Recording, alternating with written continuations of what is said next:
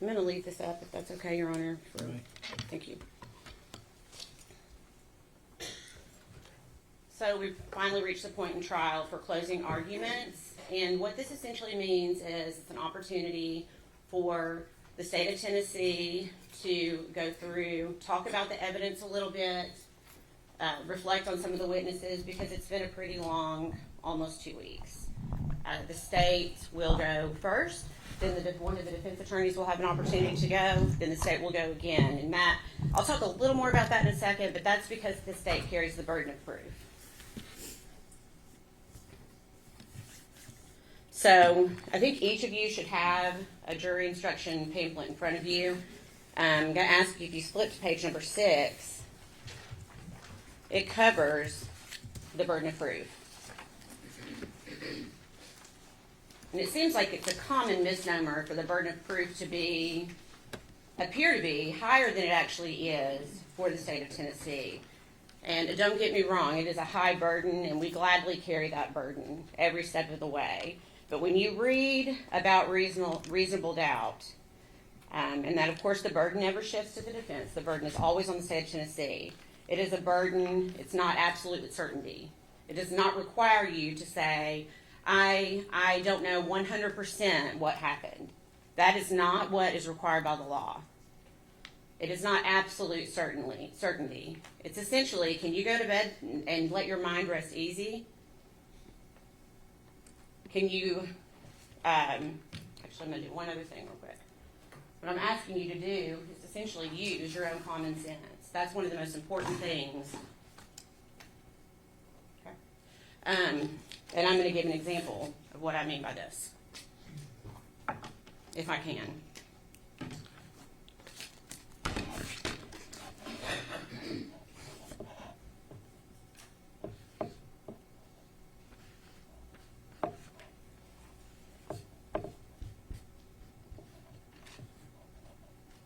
It's like Wheel of Fortune, okay?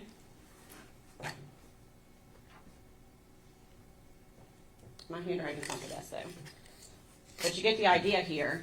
It's like Wheel of Fortune. When you see a contestant on Wheel of Fortune, and they know the answer to the phrase or the statement, they don't have all the letters when they see that phrase, but they know what the answer is. And if the state has done that, we have met our burden. And it's important to note that it's not beyond a shadow of a doubt. It's not absolute certainty. That is not what is required by the law, by the state of Tennessee. So that brings me to some of the arguments that Mr. Scott has made through this trial. And might be on that same page. Probably should have written it.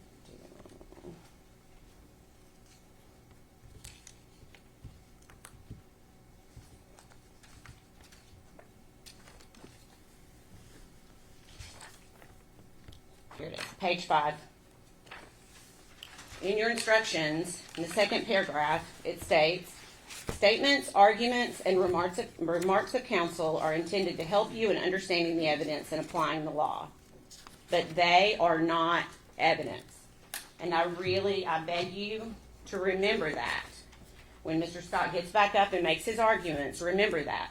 The things that come out of his mouth and that came out of his mouth during trial, that is not the evidence. He tried to get you to speculate on so many things during this trial.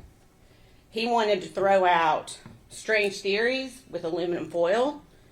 He wanted to throw out a term that doesn't even matter anymore, SIDS. That came from his mouth, not either of the doctors, but from Mr. Scott. He's asking you to speculate. That is not evidence. I beg you to only think about the items that were put into evidence, the photographs, the recordings, and what came from the witness stand. Do not let them sway you from what actually happened in this case. He kept mentioning cadaver dogs. He wanted you to think about that. But if you remember the cadaver dogs, Tommy Boswell, on his property, what did we hear him say? The cadaver dogs didn't even go up there by the playhouse.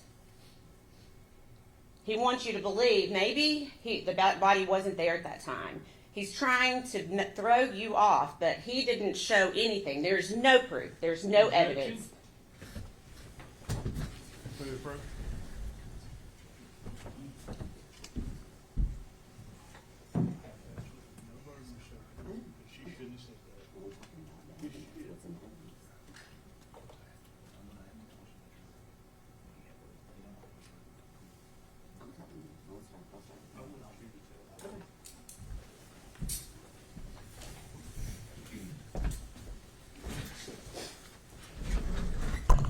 Ladies and gentlemen, I'm going to remind you once again, and it's in here in these instructions, but the defendant has no burden to prove anything during this trial.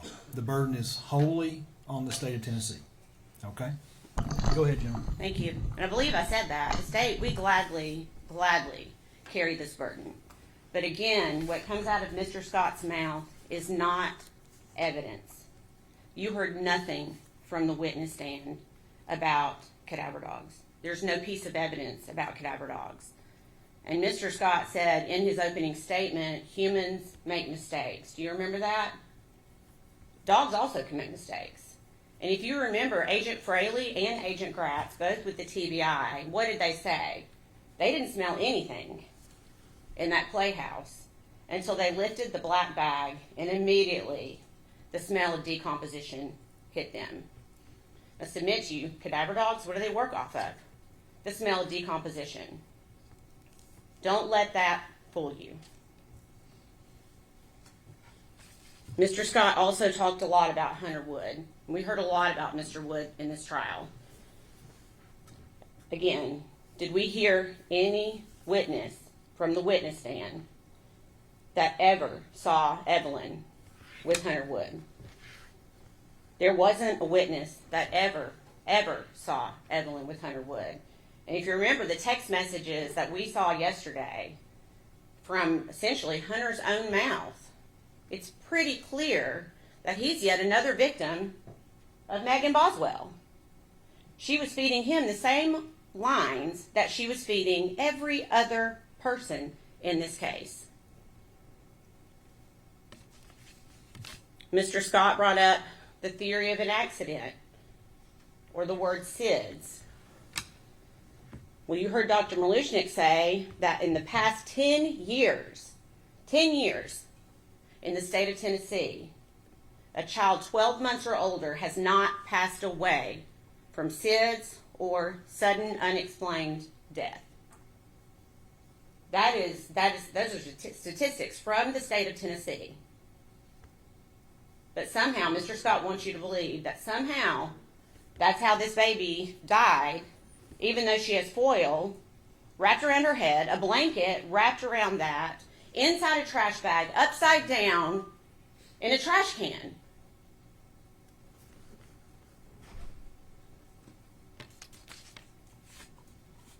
Let's go through our timeline just for a minute.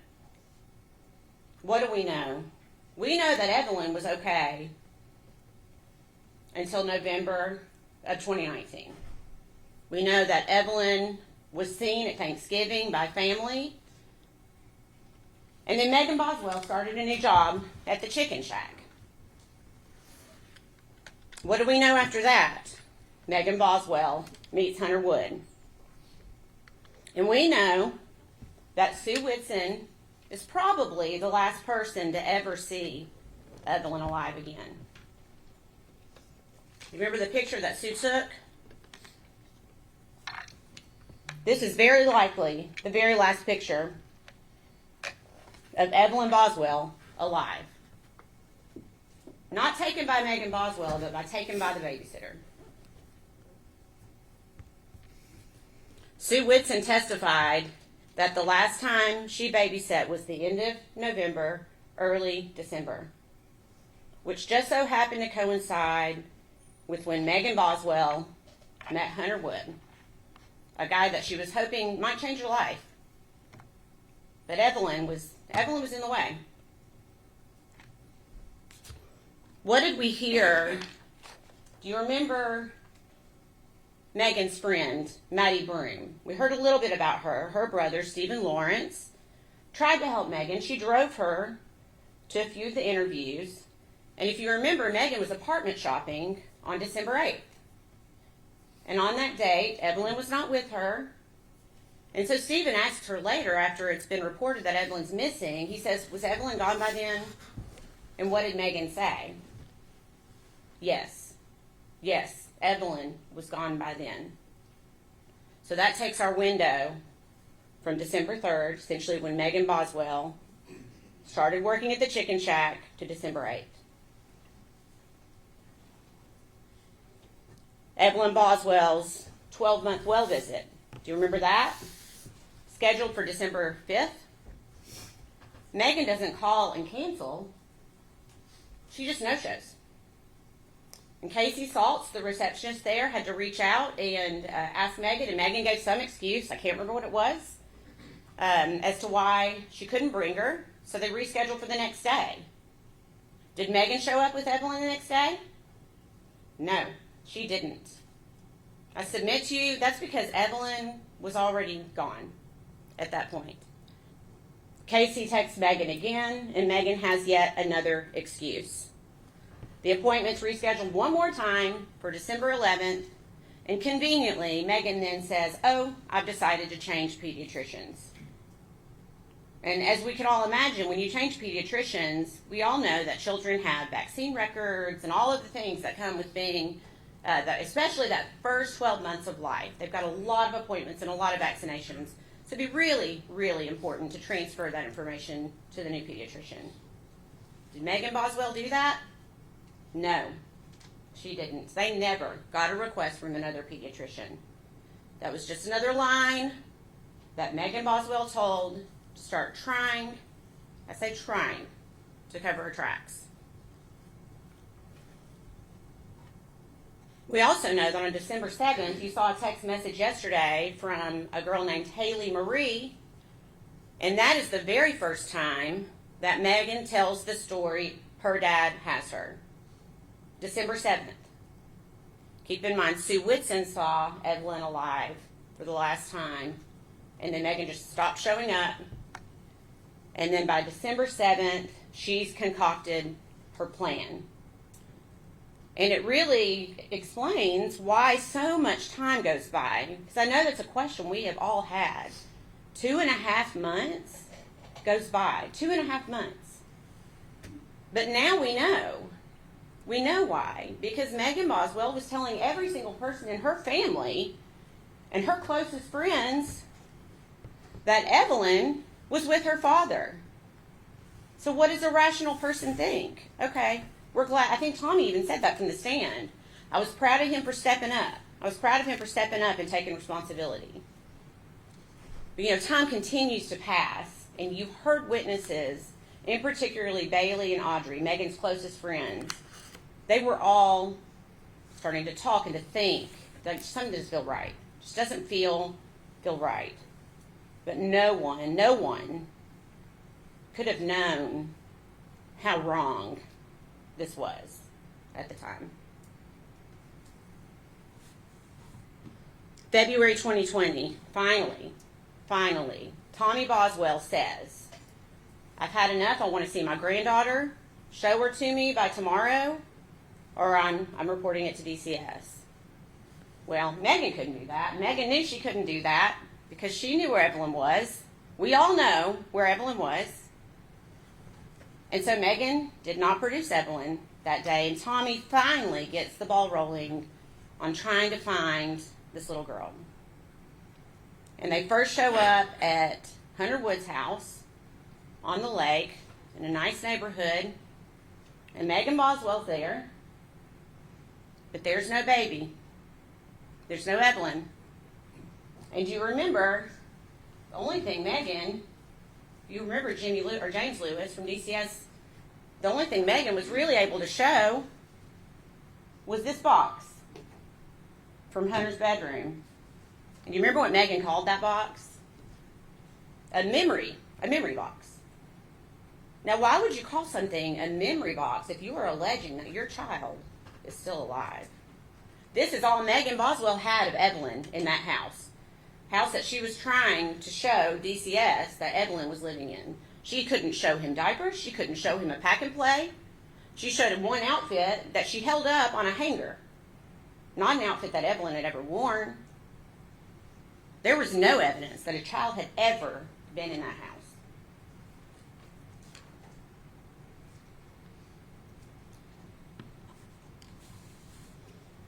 Now, I'm going to touch on something briefly. If you remember Paul Durant yesterday, going back, I'm trying to just give you a little bit of a timeline. If you remember, he talked about Ethan Perry in the military because Megan Boswell led him to believe that he was the father, even though he had his doubts. She convinced him that he was the father of Evelyn. We know he was not the father. We know that. And he said she was sharing photos daily, constantly sharing photos. Until what day? Do you remember the date? December 3rd. On December 3rd, Megan Boswell stopped sharing photographs of Evelyn. And she continues to send pictures, but if you remember, Agent Durant he's a smart guy. And so he was able to check her full Facebook extraction. And so she continued to send pictures to Ethan, but they weren't recent pictures. It was just another way that she could try to keep this facade going just as long as she could. Mr. Scott wants you to believe that Megan Boswell had a rough life. She was in foster care. But Megan Boswell was in foster care because of Megan Boswell, because she would not go to school. She went to foster care because she was truant. And when she left foster care, she went and lived with her dad. And of course, Evelyn was a baby at this point. I think the testimony was from February to March of 2019. And then her dad said, I'm going to get her a trailer, set her up.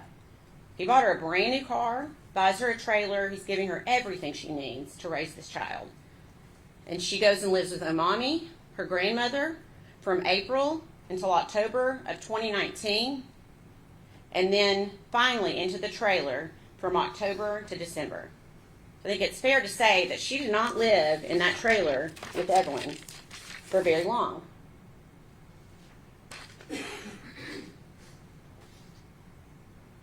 But in that short period of time, this is what she was able to do to that trailer. Can we look at that for a second? That's what she had her child living in. If that's not neglect, she does this in 2 months. Ladies and gentlemen, I beg you to look at these pictures when you go back in the jury room. That, in 2 months, is what the defendant was able to do to the home her dad provided for her and her child. And within 2 months, Evelyn was dead. And I stated there are, maybe it's just my opinion, there are a lot of victims in this case. Bailey Hawkins, her very best friend. Did you see how difficult it was for Bailey to testify? To look at someone that she trusted, that she loved. Audrey Gibbs, same thing. They are also victims of Megan Boswell. And they will also suffer for the rest of their lives because of what Megan Boswell, the web that she created for them all to get caught in. Erica Stacy, who cared about Megan and Evelyn so much, is a victim. Gail Kite, the foster mother, she's a victim. Ethan Perry, who's serving his country, doing absolutely nothing other than his job, gets pulled up into Megan Boswell's web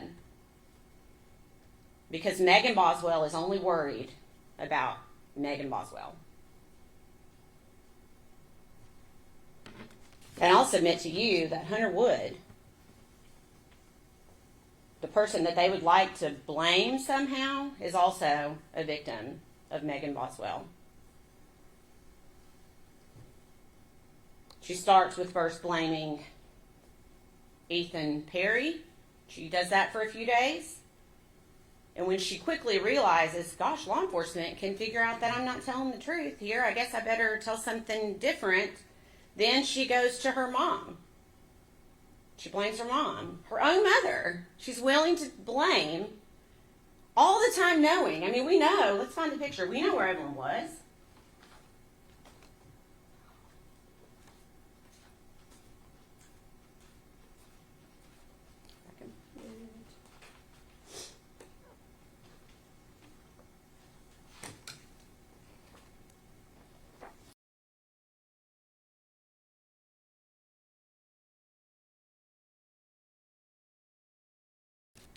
You see Evelyn?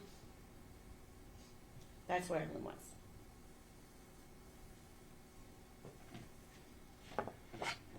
There she is. Evelyn Boswell sat there in that trash can for 2.5 months.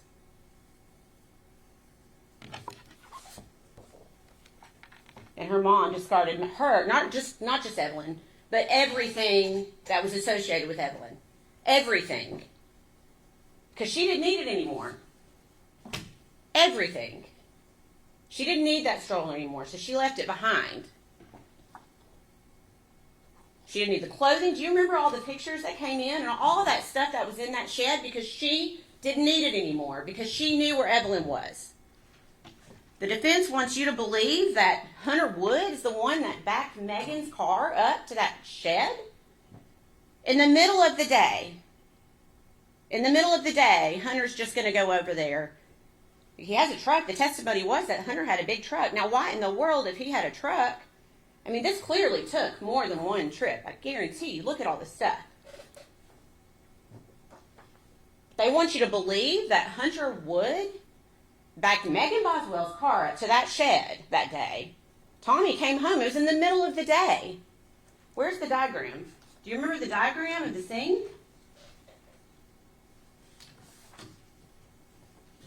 Look at this diagram.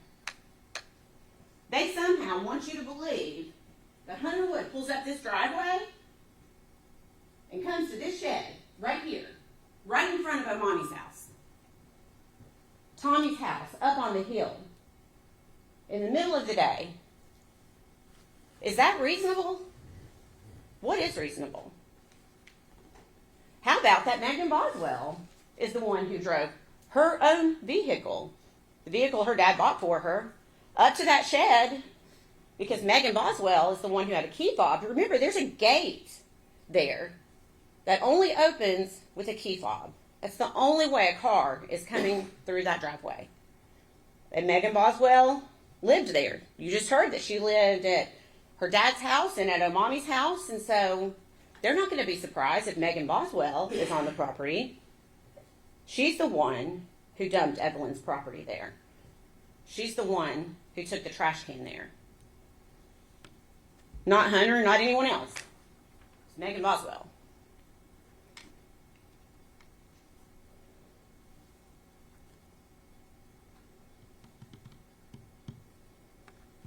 Do you remember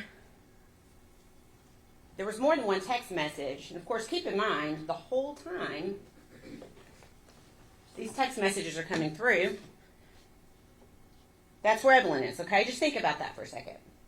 I'm not going to take the time to go through these because you can do that. You can take all of this back with you into the jury room. I encourage you to go back and read all of these text messages and remember the dates that we've talked about. But while Evelyn Boswell is sitting in this trash can and people are asking Megan, how's Evelyn? What does Megan say more than once? Mean as fuck. First of all, she's a 12-month-old child. And every other witness said that she was a lovely child to be around. And it's not a very nice statement to begin with, but it's definitely not a very nice statement when your kid is shoved down into a trash can upside down. And you know that. Agent Fraley was on the stand, and you heard Megan Boswell admit that she knew Evelyn was dead. She was telling all of those stories to law enforcement. And she told more than one person, Evelyn's mean as fuck. And when Agent Grass asked her about it, she goes, "What's your point? What's your point?" And that's an interview with Agent Grass that you can also go back and watch if you'd like to do that.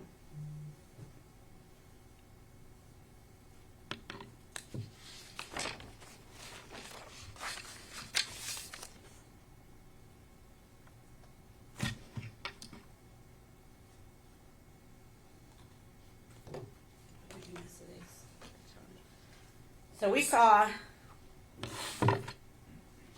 the defendant enjoyed crying during this trial because she has an audience and she really enjoys that. But did we see her crying any other time? Did we see her crying from the witnesses on the witness stand and what they told us about her? Did we see her crying in the evidence that came in? No, Megan wasn't crying. Do you think she was crying when she filled out this apartment application with Hunter Wood, where they list 3 occupants are going to live in the apartment? And at first glance, we're like, oh, Megan, Hunter, and Evelyn. But that's not what the defendant told David Gratz. Do you remember what she told him? She said the 3rd occupant is the baby she's pregnant with because Hunter doesn't want Evelyn to live with him. Of course, we could also look at the date on that application, January 4th of 2020, and we also know another reason that Evelyn would not be living with them. Was Megan crying here? In 2020, when she posts on Instagram, so excited for our new home. You think Megan was crying when she posted that? To me, it looks like maybe Megan's just moving on with her life. As if Evelyn never even existed. What about here? Also posted in 2020. Keep in mind, Evelyn's still upside down in a trash can because Megan's not told anyone where she is. She's still spinning her lies. Do you think she's sad here when she's picking out furniture for their new house? But she's sad today? She has the gall to sit here and cry today and pretend she can't look at the pictures of what she did to her child? What about this one? Proud of my baby. New 2020 High Country.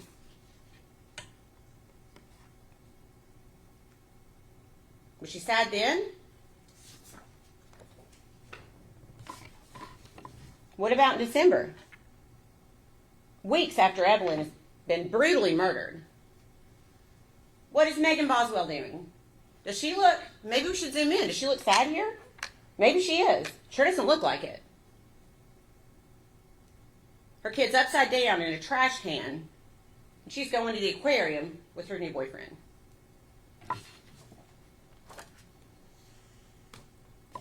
What about here? She doesn't look very sad to me. Hiking in Blowing Rock in 2020. No Evelyn. Evelyn's missing. Still missing at this time. There's Megan hiking with her new boyfriend, moving on with her life. Not crying.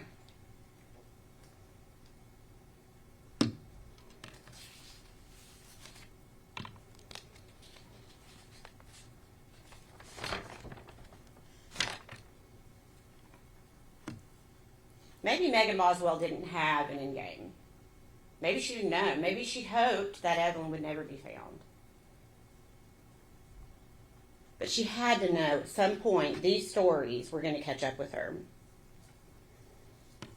Ladies and gentlemen, and I'm asking you today, 5 years later, February 2025, to show Megan Boswell that her stories have caught up with her. The evidence shows the defendant. This person is the only person responsible for her child being dead. You heard it straight from Dr. Malushnik. Evelyn shouldn't be dead. Evelyn should not be dead. I believe the defense brought up SIDS, reflux, rollover. I believe they even brought up a tongue tie as being a possible cause of death for Evelyn. How does that result? Any of those things. You know, he said in the beginning, the state can't even prove how she died. Are you kidding me? How does that end up with a baby in a trash can? The DNA. Let's talk about the DNA for a second. You've got the gloves that are in the trash can. And the defense somehow wants you to believe that gloves will keep fingerprints from happening. And then I guess whoever did that then took the gloves off, cut them up because they're cut up in small pieces and you can look at them when you get back there, and then dispose of them in the same trash can that the baby's in. That doesn't make sense. That doesn't make sense. And funny enough, guess what is there? Is DNA that matches Megan Boswell, that matches Evelyn. Go back through the testimony. There's not one piece of DNA, not one, that shows anyone, not Hunter Wood, not anyone else other than Megan Boswell is associated with that trash can, the evidence in the trash bags. And you heard Marla Gray, the DNA expert, talk about the mixture of DNA on some pillows that were found in the shed. And you also heard her say that that could even be from the person who made them in the factory. Or it could be from the person who touched the pillow at Walmart when they were trying to decide if they were going to buy it. It wasn't even enough DNA to test. So don't be led to believe that because of that there's some unknown stranger who did these things. Look at the evidence. Look at the evidence that's in front of you. We have evidence. We have shown you the evidence. Don't think about the speculation. Don't think about the what ifs. Look at the evidence. Some really, really good. If I could, can I see the trash can for just a second, please?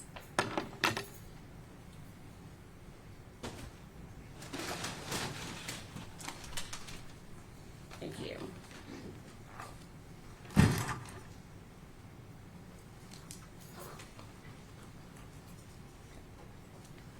Whose fingerprints were on the trash can? Do you remember what Agent Hoover said from the TBI yesterday? Of course, he's removed the rim. He talked about how it's smooth under the rim.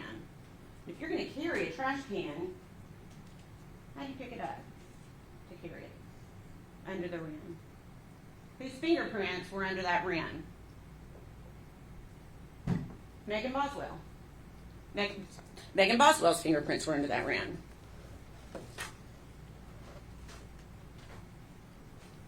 If we look at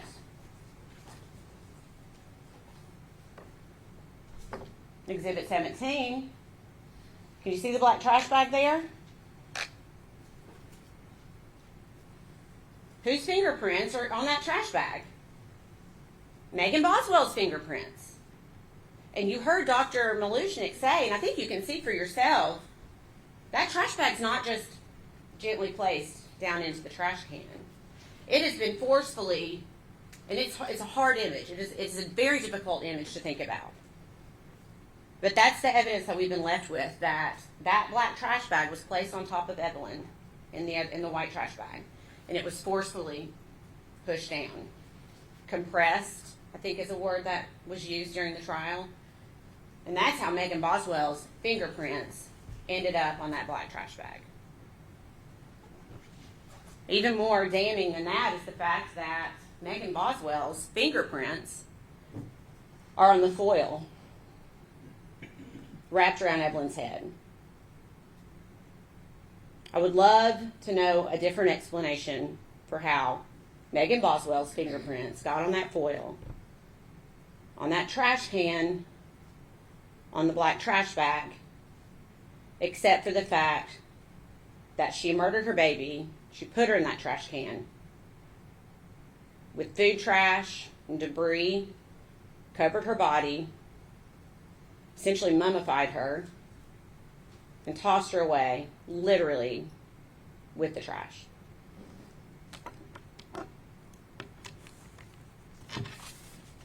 Mr. Scott would like for you to think that the doctor's testimony, just that they shouldn't be able to just decide things in a vacuum. He kept mentioning, well, what if the child's dead on a table? And I think we all know that is not how doctors operate. Doctors operate off of medical histories and any information they can get, and that's what both doctors did in this case. They took everything, her birth records, her pediatric records, the scene itself, before they came to their conclusion. They don't operate in a vacuum. I think those were the words that Dr. Malishnik used, is they do not operate in a vacuum. And they determined what? Both doctors agree that this was a violent homicide, and that Evelyn Boswell died from some sort of asphyxiation. So, suffocation, I guess, is the easiest way to say it. So, if it was not for, say, the position of her body upside down in the trash can, that could have killed her. We'll say it wasn't that. Then maybe it was the blanket that was pulled up over. Remember that? How it was tightly pulled up over her face. That could have been what it was. Or it could have been upside down in the trash can. Could have also been the trash bag that she was placed inside of, where she was unable to breathe. Could have been the foil that was wrapped around her head. Could have been the trash can itself. If you remember, the doctor testified that her face was compressed up against the side of the trash can. And her body was in a reverse S curve to where her head was so far bent back into a reverse S because of how the defendant compressed her body down into the trash can. Forcefully compressed her body down into the trash can. Her head and neck were wrapped so tightly with foil that even when they removed the foil, you could still see the impression of the foil on her face. You could still see the trash can form still to her face.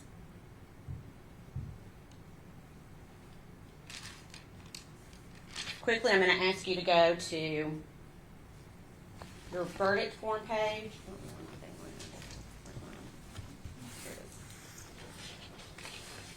And it's going to be probably at the very end of your packet.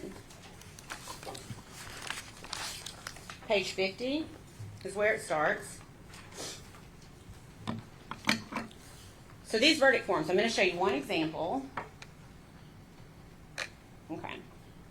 So you'll see here, this is just for count 1, and I'm just giving it as an example. We, the jury, find the defendant and mark the appropriate box.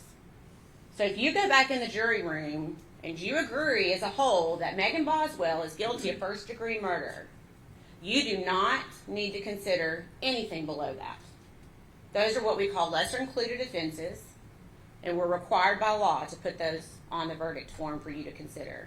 But if you unanimously agree that Megan Boswell is guilty of first-degree murder, you can check that box and move on. You are not required to go through every single one of those if you believe that she is guilty of what she's charged with in that count. And if you go through these, you will see that each count of the indictment is similar. There are lesser-included offenses for each one of these. Again, I will ask you that if you can unanimously agree, you do not need to go any further on that verdict form.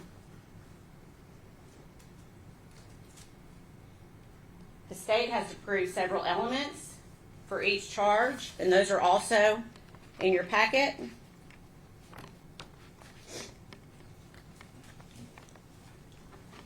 Count 1 is premeditated first-degree murder, that the defendant unlawfully killed the victim, that the defendant acted intentionally, and that the killing was premeditated. The next page defines premeditation for you as an act that was done after the exercise of reflection and judgment. It means that the intent to kill must have been formed prior to the act itself. So that means essentially when Megan Boswell wrapped Evelyn in the blanket, and you think, well, maybe she didn't have premeditation then. She could have formed premeditation in the time where she applied the foil, or premeditation in the time that she put her in that trash bag, or premeditation in the time that she pushed the next trash bag on top of her body. Ladies and gentlemen, I submit to you there's nothing about this case that is not premeditated. Count 2 and count 3 are what we call felony murder in the state of Tennessee. That's where we allege that a murder happened during a certain felony. And these felonies are aggravated child abuse and aggravated child neglect. Again, those go hand in hand with premeditated first-degree murder.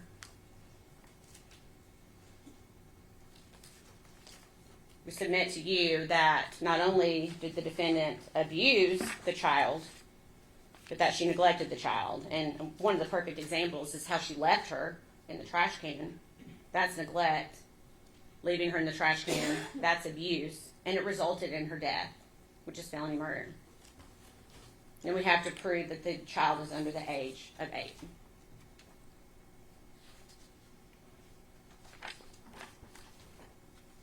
There are many counts of false report. Page 29, I think, is where it starts. And it's counts, I believe, 7 through 17. The state must prove that the statement was made by the defendant, that it was made in response to a legitimate inquiry by law enforcement, and that it concerned a material fact about the incident within the officer's concern. And if you remember, the defendant herself admits more than once that what she told the police was not true. So I submit that the state has proven each of those counts. Count 19, abuse of a corpse, page 30. The state must prove that the defendant mistreated a corpse in a manner offensive to the sensibilities of an ordinary person, that she acted without legal privilege and acted knowingly. And I think that count speaks for itself, along with count 20, which is failure to report a death.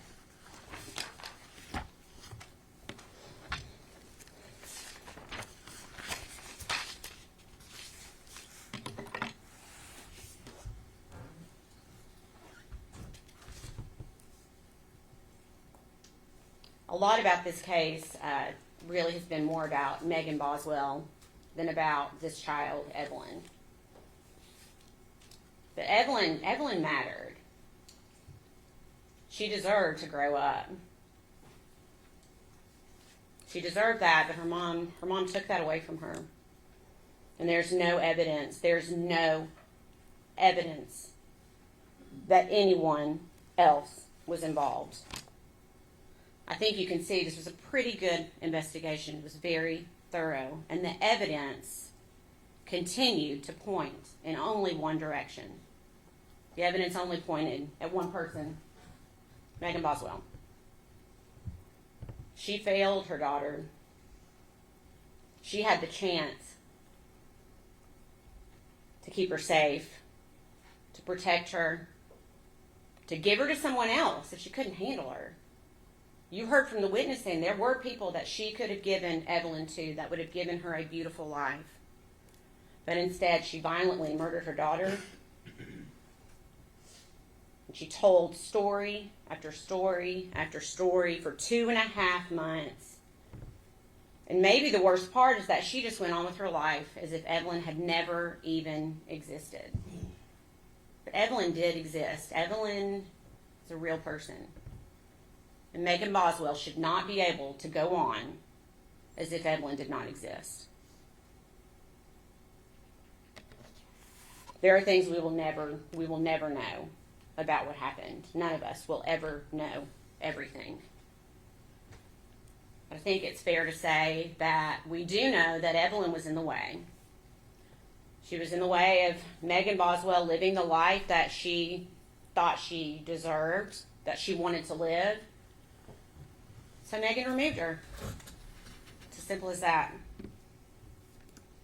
So today, 5 years later, almost 5 years to the day that Evelyn was reported missing, we are going to ask that you hold Megan Boswell accountable for what she did for her child. And submit to you the state has proven every count and every element of every count beyond a reasonable doubt.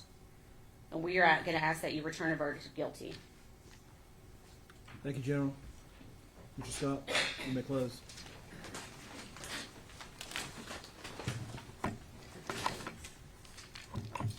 Good afternoon.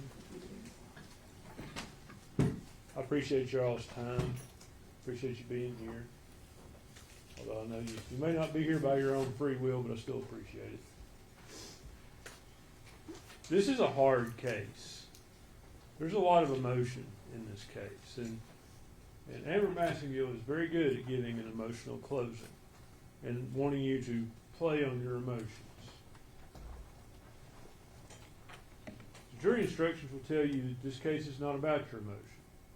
It's not about sympathy. It's not about anything else. It's about proof and what's in the evidence.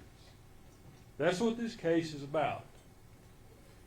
This case is more about what Megan Boswell didn't do than what she did do. Now, I'll go back through the witnesses here with you in a minute. But the state seems to be putting forth a theory that you should convict her of first-degree murder because she didn't grieve appropriately. She had fun after her child died. Now, is it far-fetched to believe that the child died in the first part of December, like she says? No, that seems to be the point where you see Megan's personality start to change. But I would suggest to you that change occurs when the child dies. You start to hear various friends come in and they talk. I can name them for you.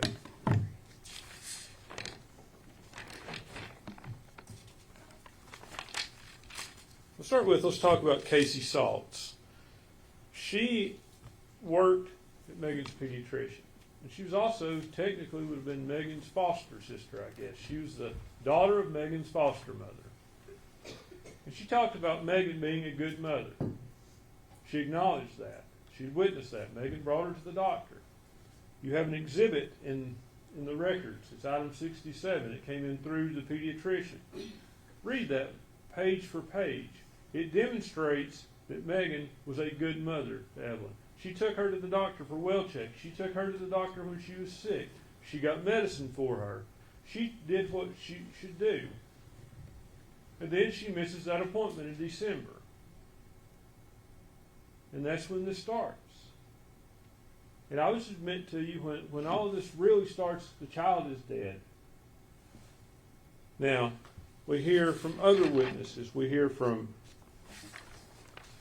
Paul Miller. That is Ethan Perry's grandfather. He had no reason to believe that she wasn't a good mother. Seemed like she liked being a mom. Saw no signs of abuse or neglect. We heard from Audrey Gibbs. She had been with Megan almost every day up until she moved to Knoxville in 2019. She describes Megan as a good mom. There were a few things. There was once where she thought her diaper needed to be changed, and once where they neglected to buckle the car seat. But those are mistakes. That's not child neglect. That's not child abuse. Those are mistakes. Audrey talks about Megan coming to Knoxville at the end of December sometime, and by that point she acts disassociated. She's not normal. She's saying, "I love you," over and over again to her. So, again, maybe she's not grieving right. Bailey Hawkins stayed at the Econo Lodge with Megan. Megan just went to sleep, despite Bailey thought they might do things, they might talk, or whatever they might do. But she just went to sleep. Again, I would suggest to you she's disassociated. Bailey saw no signs of abuse, no signs of neglect. Mr. Horn questioned her. She described Evelyn as the one consistent love that Megan had. And Megan is a girl who comes from a world of fractured relationships. And Miss Massengill wants to downplay Megan's home life. Matt Price did. There's a video in there. He talks about it. He talks about, I mean no disrespect, but I know that Boswell family. I'm aware of them. I know how you come up. Your mom and daddy using drugs. I mean, you want to talk about a home life, watch the video with Agent Fraley. Her mom was let in there in stripes, a jail uniform. What kind of home life was that?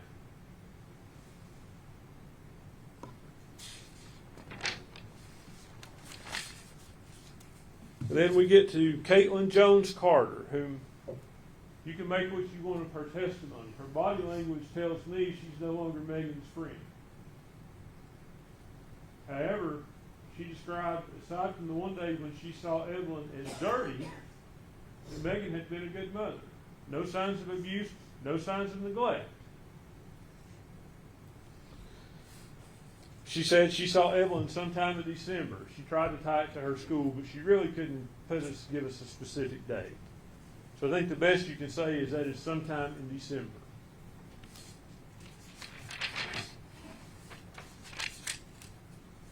Gail Kite. Let's talk about her. Megan's foster mom.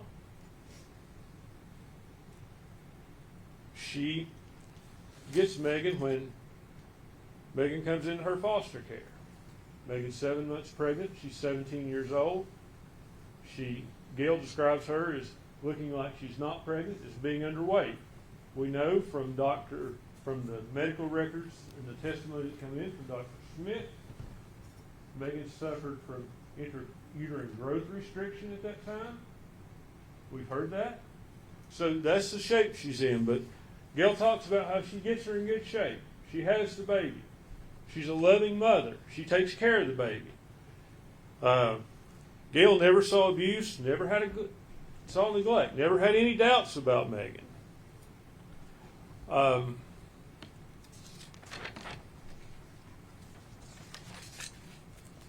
Erica Stacy, and that's the mother of Megan's ex-boyfriend, and I think his name is, can't remember his name honestly, but it's the mother of his ex-boyfriend. She described Megan as a good mother. Evelyn was always clean. And I'll point something out to you. The state wants you to believe that Megan just meets Hunter Wood and throws this child away for him. She didn't do that for, I think it's Caleb Stacy. She didn't do that for Caleb. There were other boyfriends. Now there's talk about, a lot of talk about Ethan Perry thinking he was the father. Well, the proof you've actually seen is they go about as Ethan is the father. And there's been no proof that Megan knew that he wasn't the father at that point.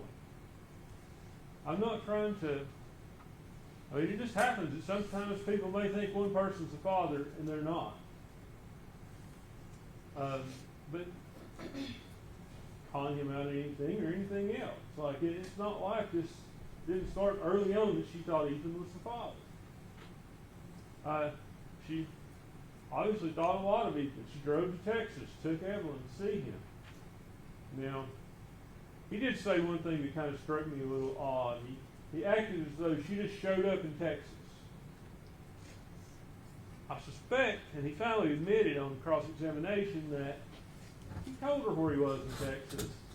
You just don't hop in the car and drive to Texas and say, I'll drive around El Paso until I see his car in the parking lot and pull in. That's not what happened. I think he kind of wanted you to think that, but that's not what happened.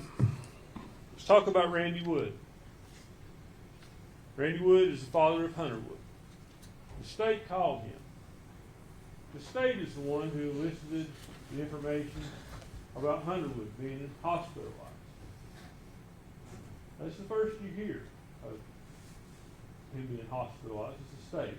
Now, Ms. Massengill wants you to think I have some grand conspiracy theory.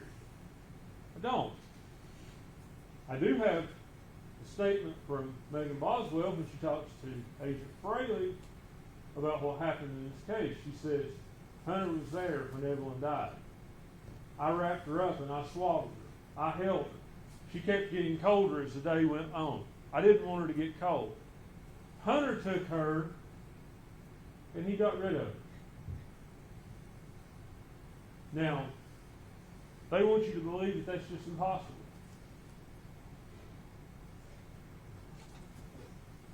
Why did Hunter not give his DNA? Ask yourself that.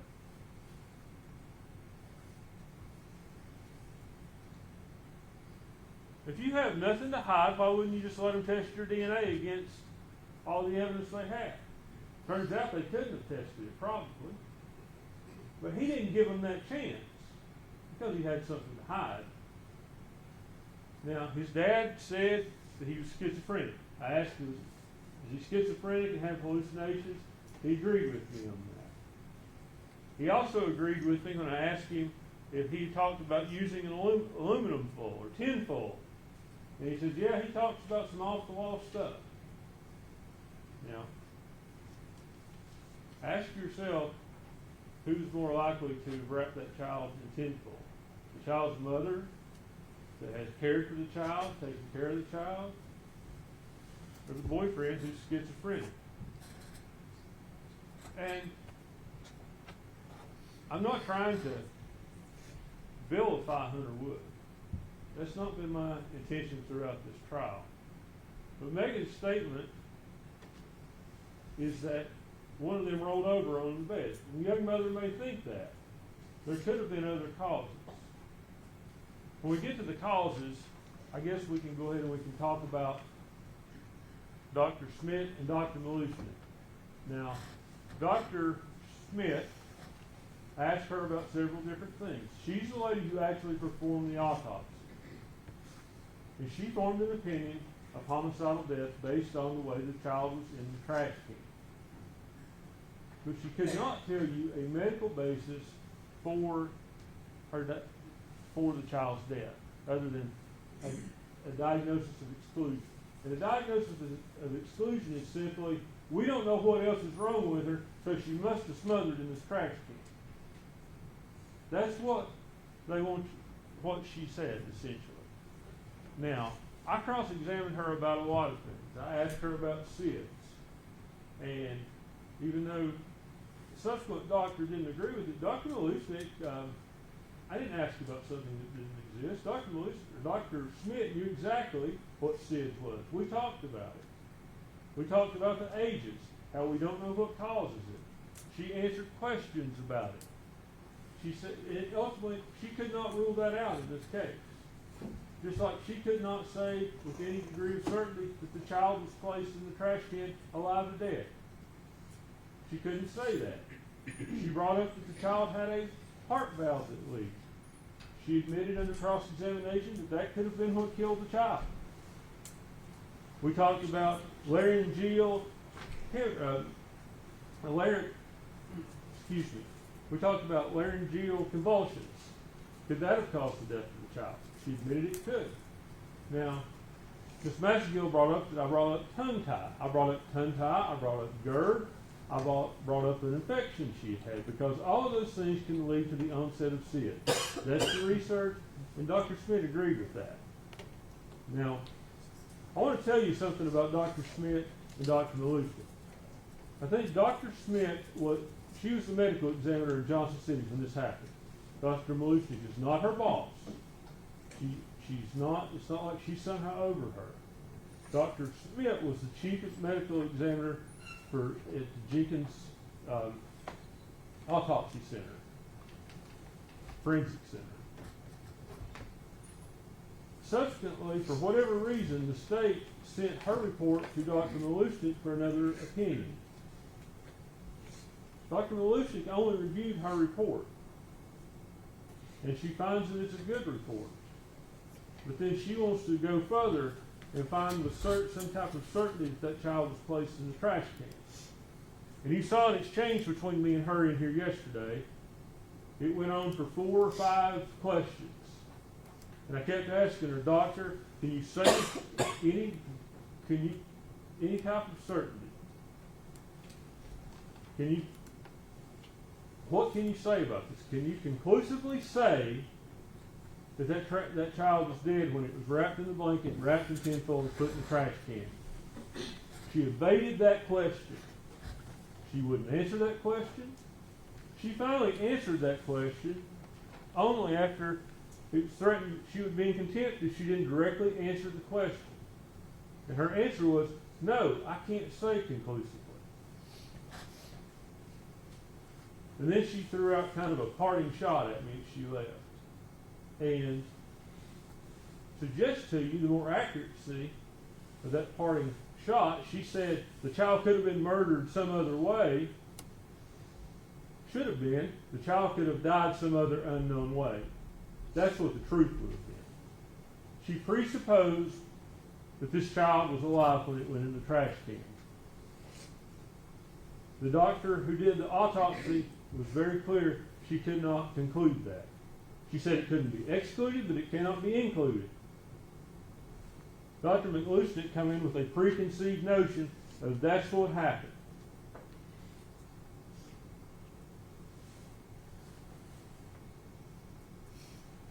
Now, the state has to prove to you the cause of death in this case. They have to prove that child was unlawfully killed. They have to prove this wasn't an accident. The proof from Dr. Schmidt leaves open a heart, it leaves open SIDS, laryngeal convulsion, it leaves open all of those things.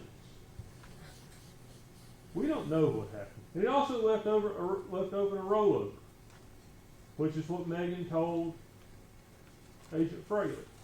And now, would Megan know for sure that that's what happened? Maybe not. You wake up and you find your baby dead in bed. Could you not come to the reasonable conclusion one of us must have rolled over on it? She's 17 years old.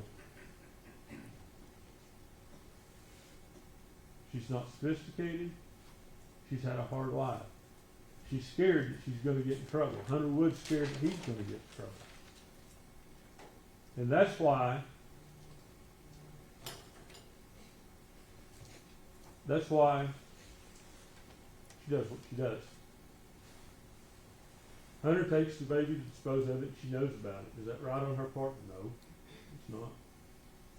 Should she have called and reported it? She absolutely should have. I told you that in my opening statement. Have they proved that she's a liar over and over? They have. Don't deny that. They haven't proved she's a murderer. You see, you have more counts of false report than I can really count. I think there's 11 or 12 of them.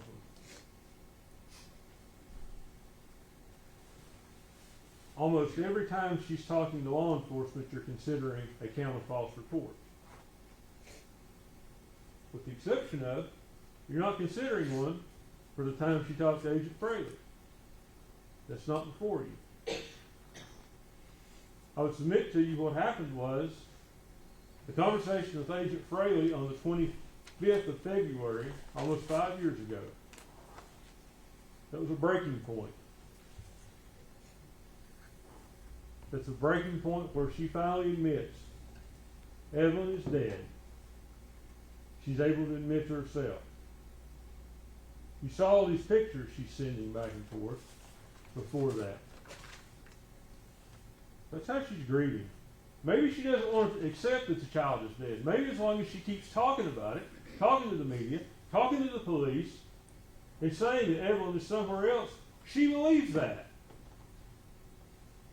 Maybe that's how she's getting by. You can't judge someone for how they grieve. You don't know what goes through their head. You don't know what they were raised with. I've never lost a child. I hope none of you ever have. But how am I to tell someone when they lose their child how they grieve? How am I to do that? Amber can tell you that. Oh, she shouldn't have went here. She shouldn't have did that. How does she know that? She's not in Megan's shoes. She's not out there living in that single wide trailer. That's not her life. She's not been raised by drug addict parents, a dad that beats on her mom constantly, and seen that growing up. She's not seen that. She can't put herself in her shoes. It's not fair to say she murdered her child because she didn't grieve right. I resent it. You should too. You should look to the evidence in this case. Do they prove a cause of death? That's the stopping point on the homicide counts. They can't do it. They brought two medical examiners in here who contradicted each other. The first one at least had read her medical records. The second one talks about how she is perfectly a healthy child. She ignored everything in her medical records. She didn't talk about them. It was obvious to me. Should have been obvious to you. She hadn't read them. She didn't care. It was her job to come here and convict Megan Boswell of murder. If you don't believe that, why would she leave here and say, well, she must have been murdered some other way? She was a biased witness, and she wasn't a credible witness.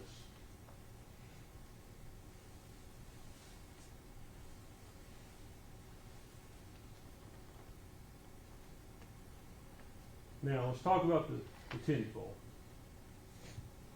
How can her one fingerprint be on a piece of tinfoil?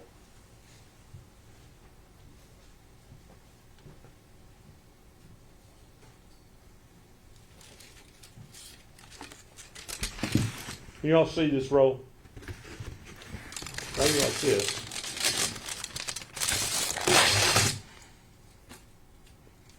Okay, my fingerprint's on this roll. I've taken this one. The next person who gets this is going to get a piece of tinfoil with my fingerprint. That's a possible way.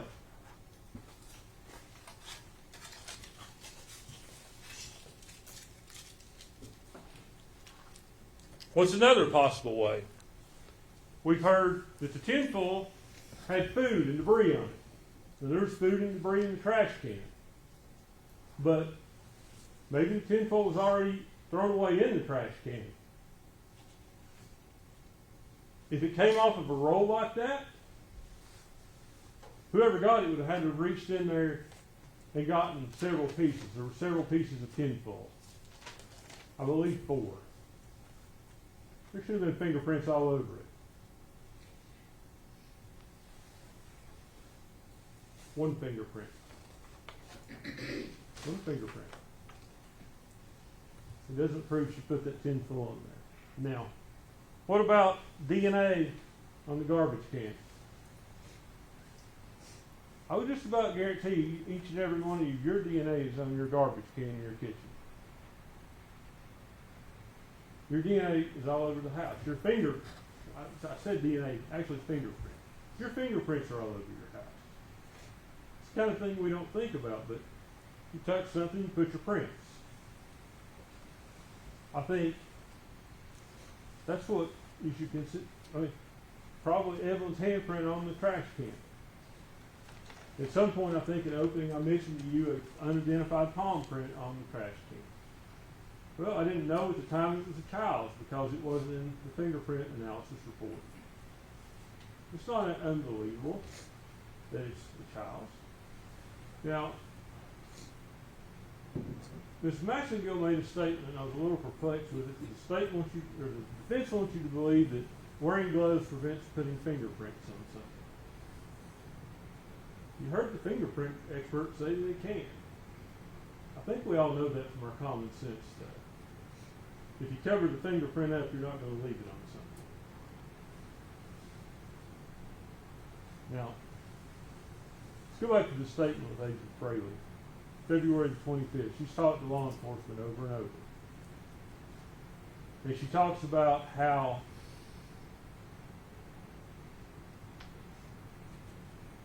she breaks down. She breaks. It's the breaking point. She admits she's dead. And she's telling them the truth. How do you know she's telling them the truth? Because if she's still trying to lie to them, if she's still trying to confuse them, she wouldn't have said, I don't know where the baby is. It could be at Hunter's. It could be at Tommy's. Why would you say, if you're trying to lie to them, or perpetuate this lie like Ms. Maxengill tells you, that the baby could be at Tommy's? Why would you do that? Ask yourself that question. She's telling them where the baby is. She thinks, I think it could have been left one of these 2 places. Says, I want to find it. And you'll have that video. You can watch it as many times as you want to. I hope you will watch it again. You hear Agent Fraley talk about how he'll go to the DA. She's a scared young mother. He understands that. Now,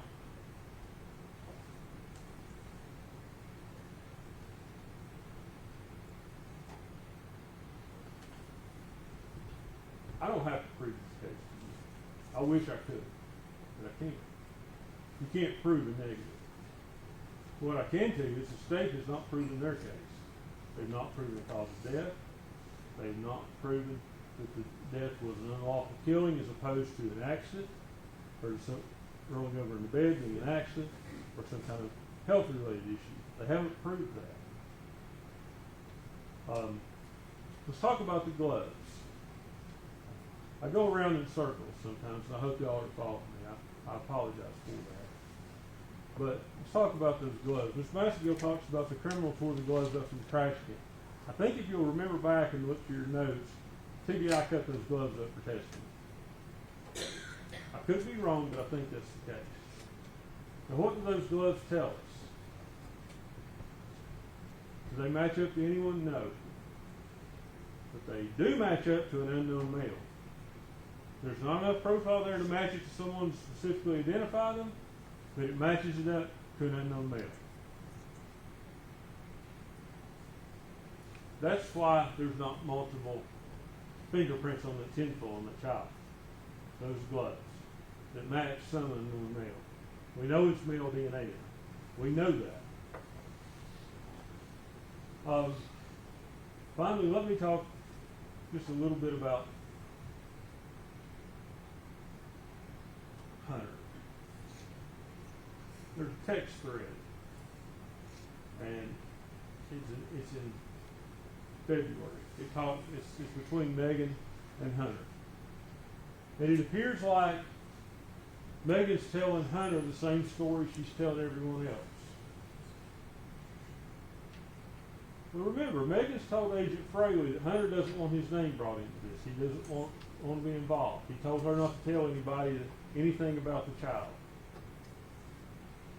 At this point, Hunter, he throws out a name in that text. He talks about Agent Wilhoit. He's been involved with the police. He knows the police are looking at this. This is February the 22nd. Suggest to you that text thread is, you look at the texts, they're self-serving.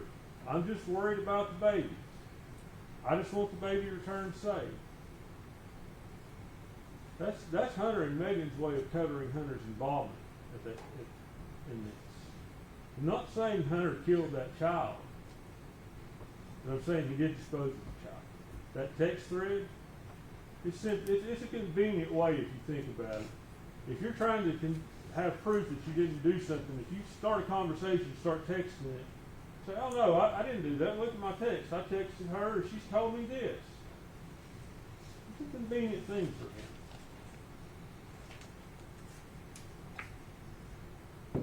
But he didn't give his DNA. We know that. His dad talks about he went crazy because he was called a baby killer.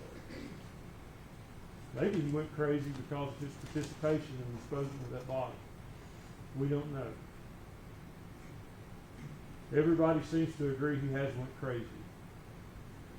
You saw a document admitted this morning. That's where he's being held out of court over in Virginia to be evaluated to see where he's competent for some crime he's committed. He's up at Marion right now to be evaluated. That's what we know.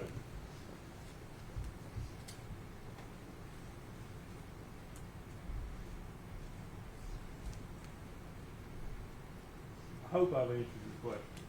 I hope my argument has helped you somehow with this case. But what I would say to you, if you have questions about any elements of these crimes, and your questions are not answered to your satisfaction, you have reasonable doubt. If you say, I don't know how that child died, that's reasonable doubt on this homicide count.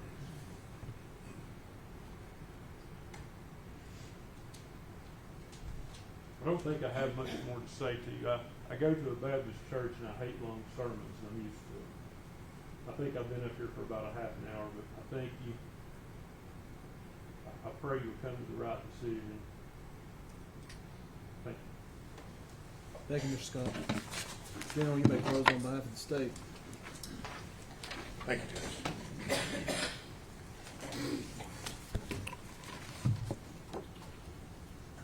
Ladies and gentlemen, much like Megan Boswell, Mr. Scott seems to have some very convenient explanations for what happened in this case.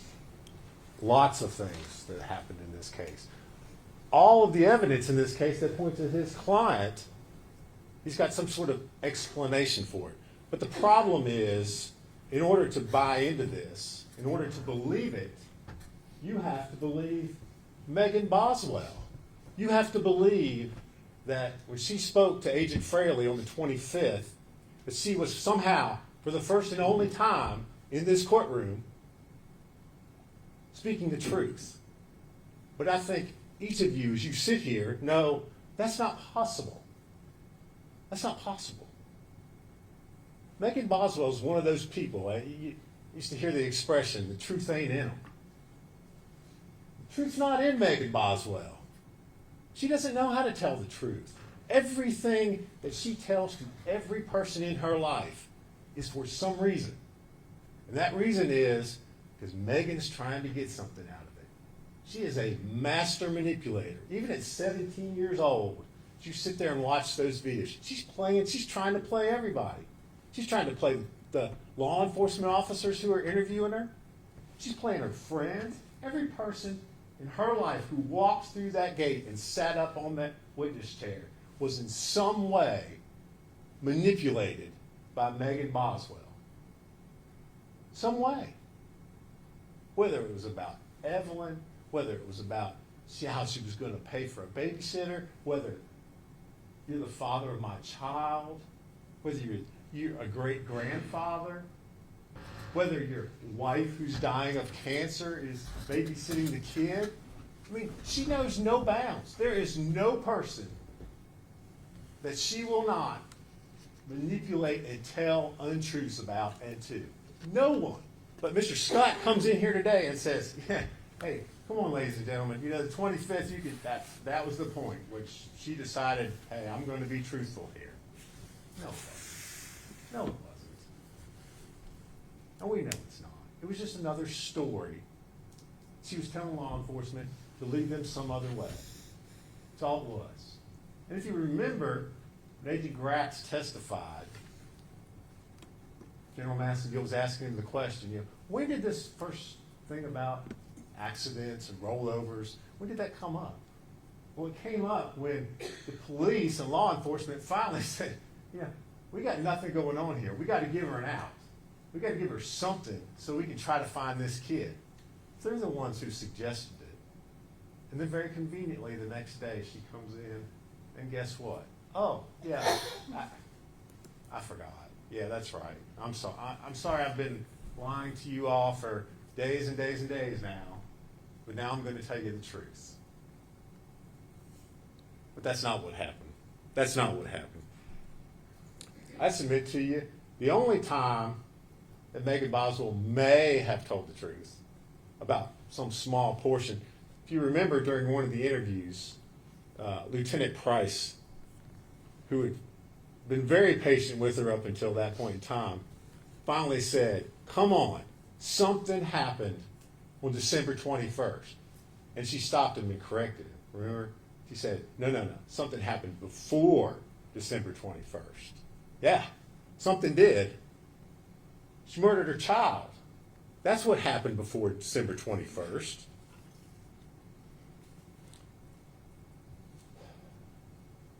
Ladies and gentlemen, before I speak further about the physical evidence that ties and shows that Miss Boswell is the one who is guilty in this case and who needs to be held accountable, I want to take you back to jury selection. Last week when you all were first up here and up there, and I asked you if all of you had brought your common sense with you. And if all of you, as you listen to the evidence in the case, would use your common sense. And everyone agreed that you would. And so I want to remind you of that. And it reminds you to apply that to the evidence that you've heard, the testimony that you've heard in this case. Because the defense wants to say that perhaps, again, speculating, it's a possibility that Evelyn just died one day in early December. And then all of a sudden, Megan engages in this just pattern of just totally bizarre behavior that involves wrapping her child in a blanket, tightly pressing her head in aluminum foil and stuffing her in a trash can, and then engaging in this just convoluted tale to anybody who wants to inquire about what's going on with Evelyn. But it's a remarkable coincidence, isn't it, that all this occurs at the same time that she starts working at the chicken shack. And then she meets Hunter Wood. You know, that Hunter Wood. The one who lives out on the lake in the big house. And remember,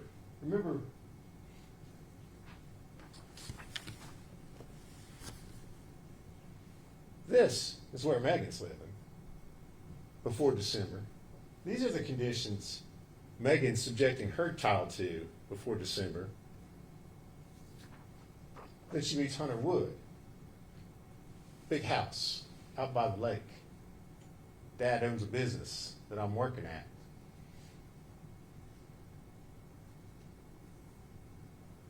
Remember the other things she's telling investigators as time goes on. Needed a break. Was watching 3 kids. Remember, her mom had the 2 other young siblings. Needed a break. Was tired. Wanted Ethan Perry to step up. I've been raising this kid for a whole year by myself. Probably a little bit of truth in there. A little bit of truth. But it's a remarkable coincidence. This kid, Evelyn, natural causes, just dies right at the same time.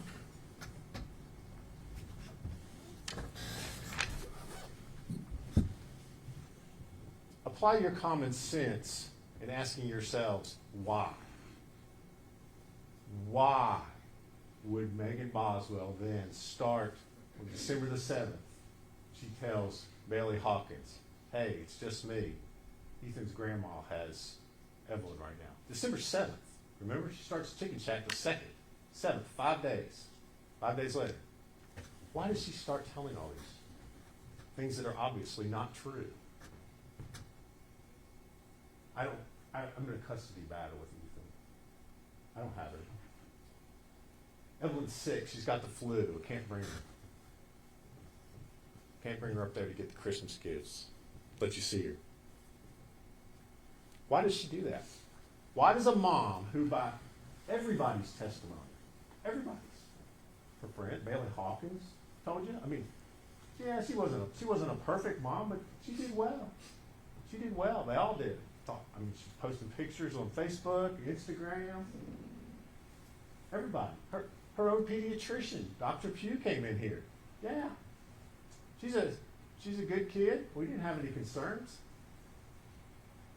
Healthy, meeting milestones, an advanced child. Why does a mom who dotes over her kid, who won't even let anybody babysit, she's so protective of this child? Remember Erica Stacy? I mean, heaven's sakes. I mean, that's an ex-boyfriend's mom who is willing to babysit the kid so that her son can go on dates with her. She won't let her do it. She won't let her do it. She will not let her babysit. That's how protective she is of this child. So why? Why? Apply your common sense. She won't do it because she can't face the truth about what she's done. She can't face that truth. She can't look at that picture, and I'm not going to put it back up there for you. She can't face what she's done to that child. Discarding her like a piece of garbage. That's what she did. She can't face that truth. So she engages in just spinning all these stories to everybody. Everybody that comes with a story, she's deflecting it out because she doesn't want to face that.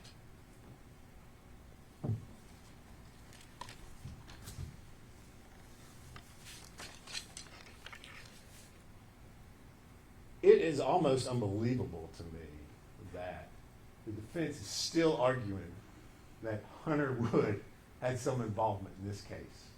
I mean, truly unbelievable to me that they're making that argument.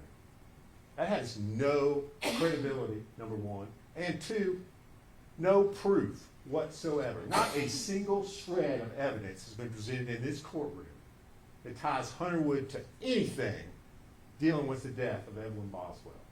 Not one thing. It's all just rank speculation. Oh, well, because he's in a mental hospital, therefore he must have done something. Right? No. How many people walked up there, took that witness stand, and said, oh, yeah, I remember when I saw Hunter and Evelyn and Megan together?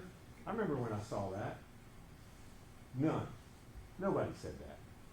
How many people said, oh, yeah, I remember when I saw Hunter holding Evelyn at the chicken? No. Again, nobody said that. No evidence, nothing from that witness stand ever put Hunter with Evelyn. She evidently wants you to believe, again, and I'll put this picture back up there. She wants you to believe that Hunter, and remember her when she's talking to Agent Fraley, that Hunter went over to her place. That's her place.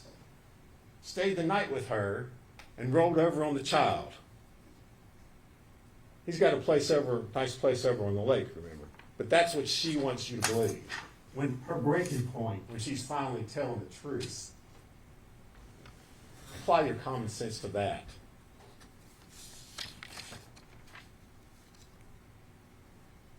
What else possibly ties Hunter to this case? To Evelyn's body being disposed of? Or maybe it's the playhouse over on Tommy's property. No. Again, we know Evelyn is probably gone 5 days after she first met Hunter from working at the chicken shack. But Megan Boswell wants you to believe that he's then able to go onto her property and stick a body in a trash can in a playhouse that was built for Megan Boswell.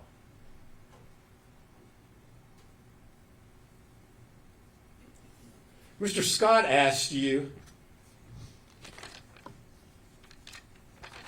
and I wrote it down.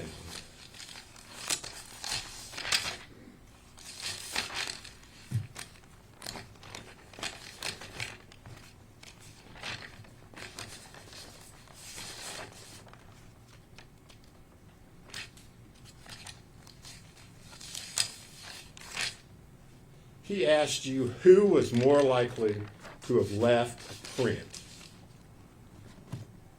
on the foil. Well, I'll tell you who's more likely to have left a print on the foil. The person whose print was found on the foil. Megan Boswell. He stands up here, and again, we've got explanations for everything. Well, maybe it was possible she tore a sheet off earlier, and in doing that, she grabbed the foil and left a print. Well, there's no Hunter Wood prints on any of the foil. The bag that's stuffed on top of the body where Evelyn's found. Multiple prints on that. None of them belong to Hunter. They all belong to Megan Boswell.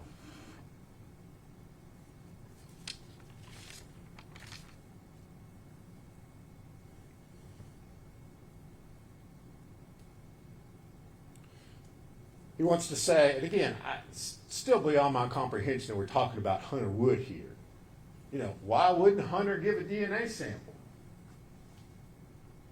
I don't know. Perhaps because Hunter is being mucked up in Megan's world here. My gosh. Here I am dating this girl, and all of a sudden I got TBI agents asking me about a child that's missing and no explanation for it. Maybe that's why. And again, in this particular case, you heard from Agent Gray, what does it matter? There's nothing that was tested. All those things she testified to yesterday, all of them, all those things I handed up to her that she analyzed, not one piece of them had any identifiable DNA on it that could have been tied back to Hunter. None. Everything was Megan's or Evelyn's or limited profiles. As I remember, I asked her if I gave everybody in the world's DNA to her, she wouldn't have been able to match any DNA to Hunter Wood. Nothing. Nothing. everything connected to that body in the trash can comes back to Megan Boswell.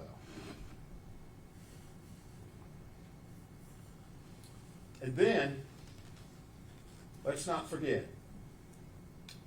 in the middle, while all this is going on, February 22nd, Megan's child's missing. They question Hunter.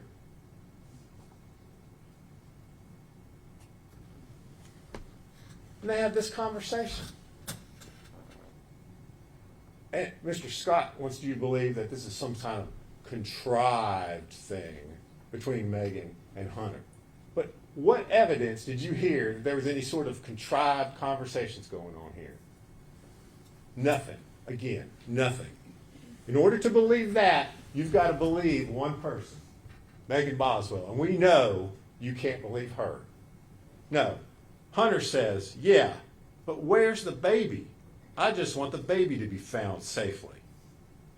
What's her response? If she was truly trying to cover this up, a little bit better response would probably be heard. She says, Dad won't let me go anywhere because of the situation. Hunter, I can't disclose stuff to you on here about what TBI is doing. His concern, please assure me the baby will be found and brought home safely. That's not a conversation with someone that you have that has disposed of a body, that has helped get rid of your dead child. That's not a conversation. Hunter Wood is not at play here, ladies and gentlemen. Not at all. Not at all.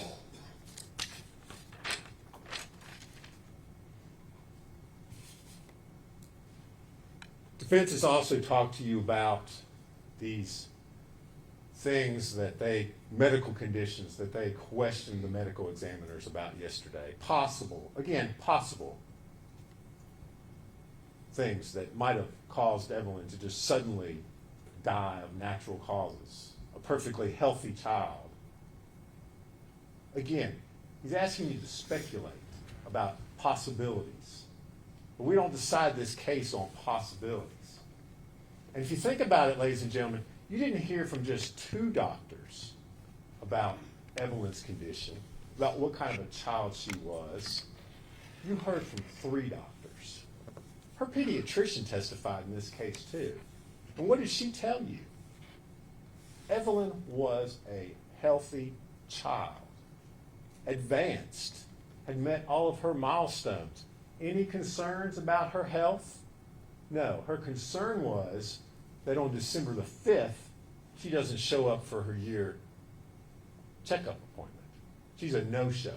That's her concern, not Evelyn's got tongue-tied. I'm concerned maybe she's going to die from SIDS. Not, oh, she's got some sort of reflux going on. I'm afraid she might be at risk to just suddenly die one day. That's not her concern. And remember, and Mr. Scott didn't talk about this because you don't want to talk about it. I asked Dr. Malushnik yesterday about statistics. This wasn't just her opinion. These are statistics kept by the Department of Health in Tennessee about the number of kids over 1 year of age who died in rollover deaths. Entire state of Tennessee last year, none. Entire state of Tennessee last 10 years, none. But yet, they want you to believe that's a possibility in this case. She's the first one, ladies and gentlemen, evidently. The first one. No, it's not a possibility.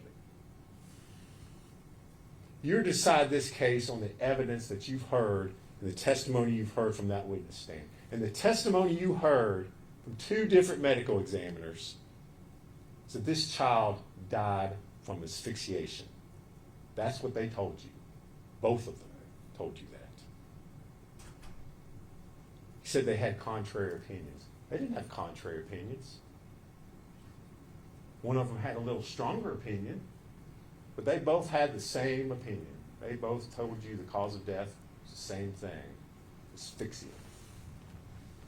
And all the evidence in this case points to one person, one person alone as being the person who caused that asphyxiation, and that is Megan Boswell. This wasn't an accident, ladies and gentlemen. Wasn't an accident at all. You've got lots of evidence of premeditation sitting over there in that box. This isn't a little piece of tin foil. This isn't foil like you stick around a baked potato and stick in the oven. You saw it. You saw the photographs. And the foil's in there. Pull it out. It's a big old piece of foil. Mr. Scott wants to suggest maybe it was sitting down in the trash can and somebody pulled it out. Nobody's using that much foil. Use your common sense. And remember the testimony from Dr. Malusnik yesterday about how that foil was applied. That blanket, so tight when they're taking it off, the impressions left on that child's face. The foil, how painstakingly slow they had to pull it off because it was tightly compressed around the child's head. I submit to you, that's premeditation, ladies and gentlemen. That's intent. That's not an accident.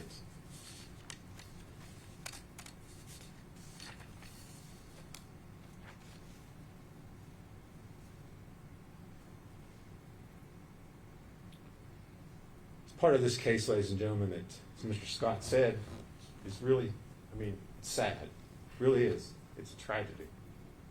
You think about all those people that you heard testify, how easily all of this could have been avoided. All those people. Bailey Hawkins, Audrey Gibbs, Casey Saltz, Gail Kite, Paul Miller, Erica Stacy. Any one of those people would have taken that child. All this could have been avoided. But Megan Boswell only cares about one person, and that's Megan Boswell.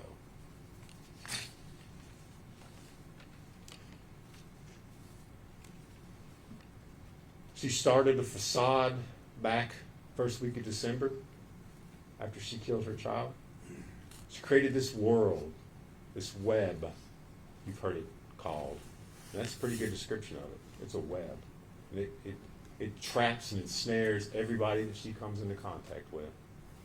She started this facade back then, and it's continued and continued and continued. And she brought it in here to this courtroom in front of you.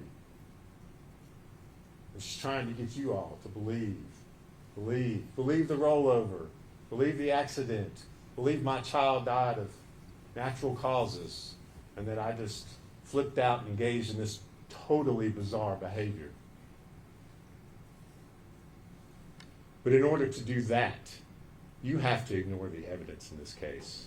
You have to ignore the forensics that place her and her alone as the perpetrator of this crime.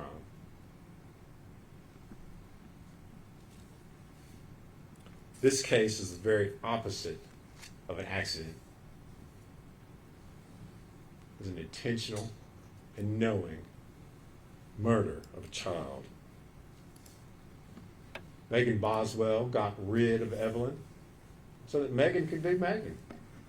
She enjoyed it. You've seen the pictures General Massengill showed you. Hanging out on Blowing Rock, going to the aquarium, Super Bowl party.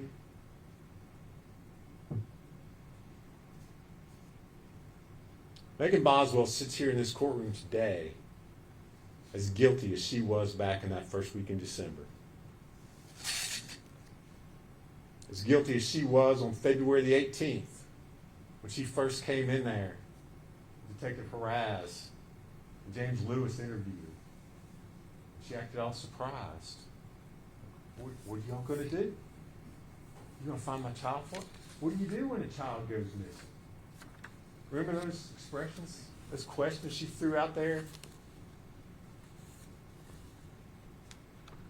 She sits here in this courtroom today as guilty as she was back then because she never learned the one lesson that we all know, which is that you're responsible for your actions and your choices in life.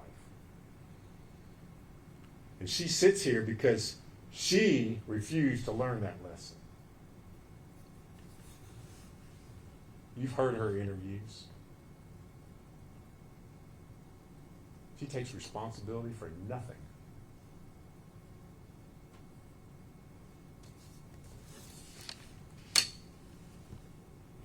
But today is the day that you get to hold her responsible for those actions, for her poor choices and decisions, for her decision to get rid of Evelyn, to dispose of her like a piece of garbage.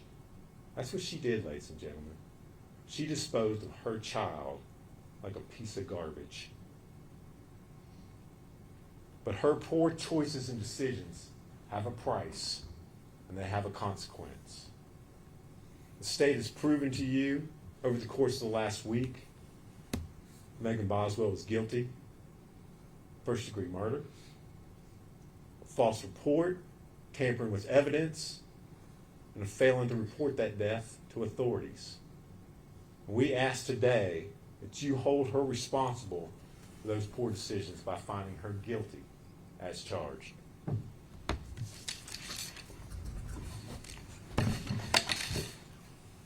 Thank you, General. Have a seat, attorneys.